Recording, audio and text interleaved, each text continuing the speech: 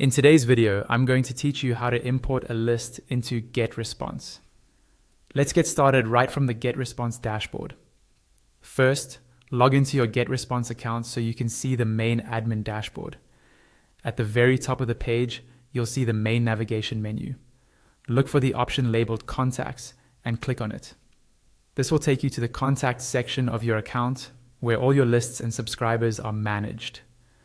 Once you're on the Contacts page, find and click on Add Contacts. When you do this, a pop-up window will appear, asking how you'd like to add your new contact or list of contacts. In this case, you want to import a file, so choose the option that says From File. This tells GetResponse that you're going to upload a list rather than adding people one by one.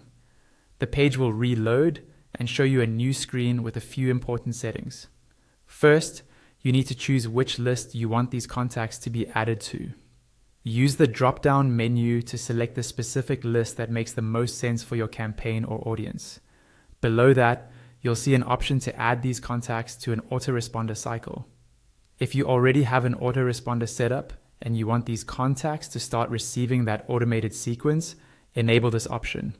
If you're not ready for that yet, you can simply leave it turned off. Next, you'll decide how to bring in the contacts. You have two main options. You can upload a file, or you can click the Paste tab and copy and paste contacts directly from another source. In this walkthrough, we'll use the upload option. Click on Upload a File and a file browser window from your computer will open.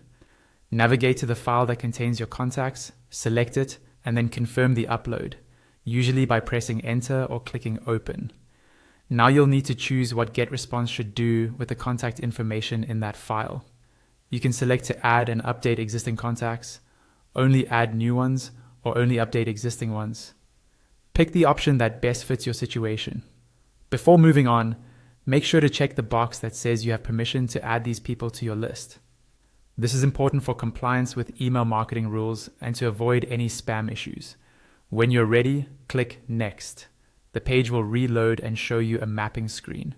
Here, you'll match the columns from your file, such as email address, first name, and last name, to the corresponding custom fields in GetResponse. Take a moment to make sure each column is correctly matched so your data imports cleanly. Once you've finished mapping all the necessary fields, click Import. GetResponse will start processing your file, and your contacts will be added to the list you selected.